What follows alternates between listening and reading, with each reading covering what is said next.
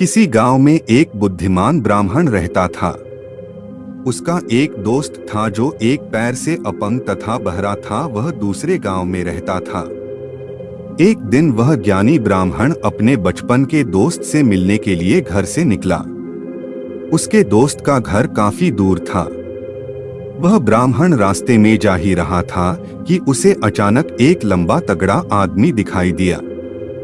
वह भी उस ब्राह्मण के साथ चलने लगा तो वह ब्राह्मण उस मनुष्य का नाम पूछता है तो वह अपना नाम महाकाल बताता है। वह ब्राह्मण भी सोचने लगा कि मुझे भी काफी लंबा जाना है, चलो एक साथ मिलकर चलें जिससे रास्ता आसानी से कट जाएगा।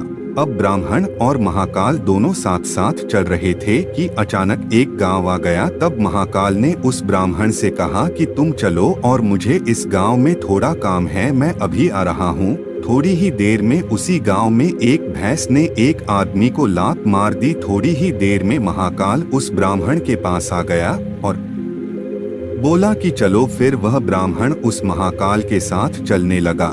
थोड़ी दूर जाने पर फिर एक गांव आया तो महाकाल उस ब्राह्मण से बोला कि मुझे इस गांव में थोड़ा काम है, मैं अभी आ रहा हूँ। थोड़ी ही देर में उस गांव में आग लग गई।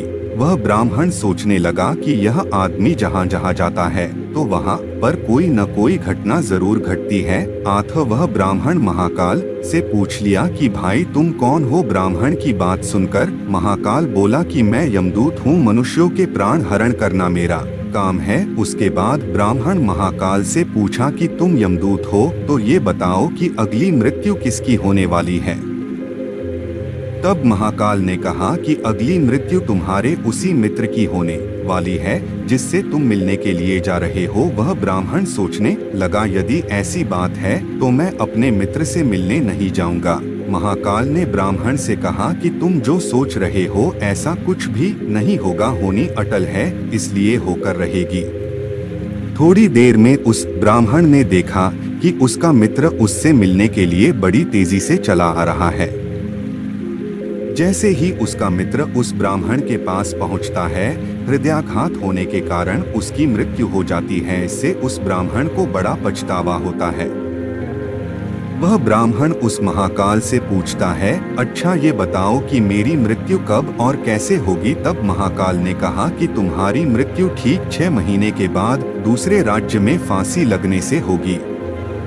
वह ब्राह्मण फिर अपने घर गया और सीधे अपने राज्य के राजा के पास गया और ब्राह्मण ने राजा से सारी बात बता दी। तब राजा ने राज्य सभा में यह प्रश्न सबके सामने रखा। तब उस राज्य सभा में यह फैसला लिया गया कि यदि ऐसी बात है तो वह ब्राह्मण इसी राजमहल में 6 महीने तक रहेगा। राजा ने ब्राह्मण के लिए राजमहल में ही व्यवस्था करवा दी। धीरे धीरे समय व्यतीत हो रहा था।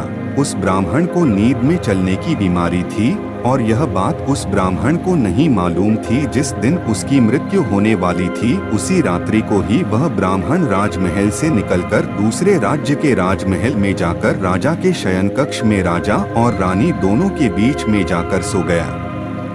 सुबह जब राजा उठा तो उस ब्राह्मण को अपने शयन कक्ष में देखकर बहुत क्रोधित हुआ और उस ब्राह्मण को फांसी की सजा सुना दी।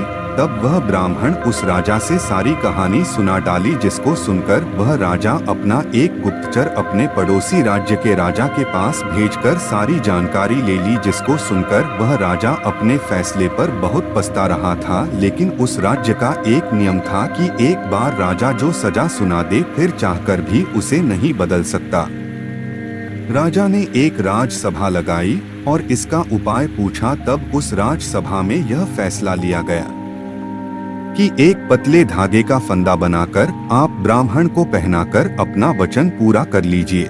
फंदा पतला होने के कारण ब्राह्मण की मृत्यु भी नहीं होगी और आपके फैसले की लाज भी बच जाएगी। तब एक पतले पतले धागे से फांसी का फंदा बनाया गया और उसके अगले दिन ब्राह्मण के गले में डाल दिया गया और फंदे को खींच दिया गया। सभी ने यह सोचा था कि ब्राह्मण को कुछ नहीं होगा, लेकिन उस पतले धागे की वजह से उस ब्राह्मण का गला कट गया और खून तेजी से निकलने लगा। ज्यादा खून बह जाने की वजह से उस ब्राह्मण की मृत्यु हो गई। शिक्षा दोस्तों, हमारे भाग्य में जो लिखा होता है वो हर हाल में होकर ही रहता है।